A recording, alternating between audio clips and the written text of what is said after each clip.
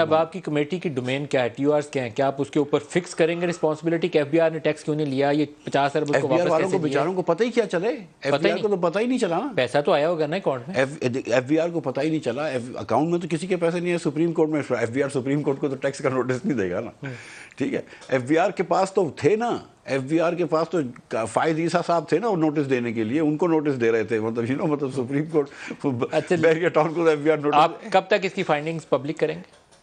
سر دیکھیں، ایک affidavit public ہو چکی ہے، ٹھیک ہے، آپ جیسے جید صحافی، اچھے لائرز، آپ اچھے کمیٹی ہیڈ کر رہے ہیں اکاؤنٹنٹس، نا، اپنی رپورٹ دینی ہے، کب تک دیں گے؟ ہم 8 دن کے اندر 8 دن کے اندر 8-10 دن میں دے دیں گے رپورٹ۔ دیکھیں میں آپ کو ایک سچی بات بتاؤں، the government of Pakistan is not vengeful، اور ہم کو یہ عمران خان کو یہ کرنا کہ عمران خان کو اگر ہم اس کے پیچھے چلے گئے نا کہ عمران کو پکڑو، عمران کو یہ کرو، یہ بہت سارے لوگوں نے بہت سارے کام دکھائے ہیں، ٹھیک ہے، ہمارے میری ٹائم افیئرس کے وزیر ہیں، دیگر وزراء ہیں، ٹھیک ہے، میری ٹائم والوں کے بھی ہے کھاتے،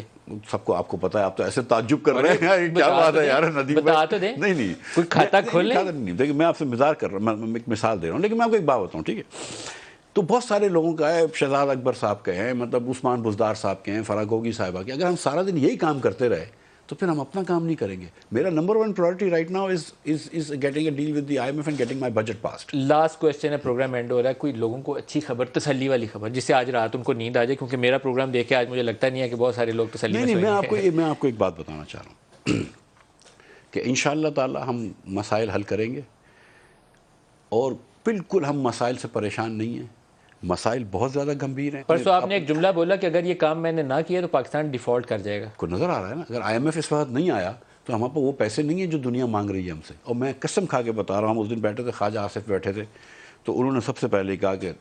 پرائم منسٹر صاحب، this is a choice between saving the country اور saving our political capital, let us lose our political capital. Prime minister نے کہا agree, then we decided to do all these things.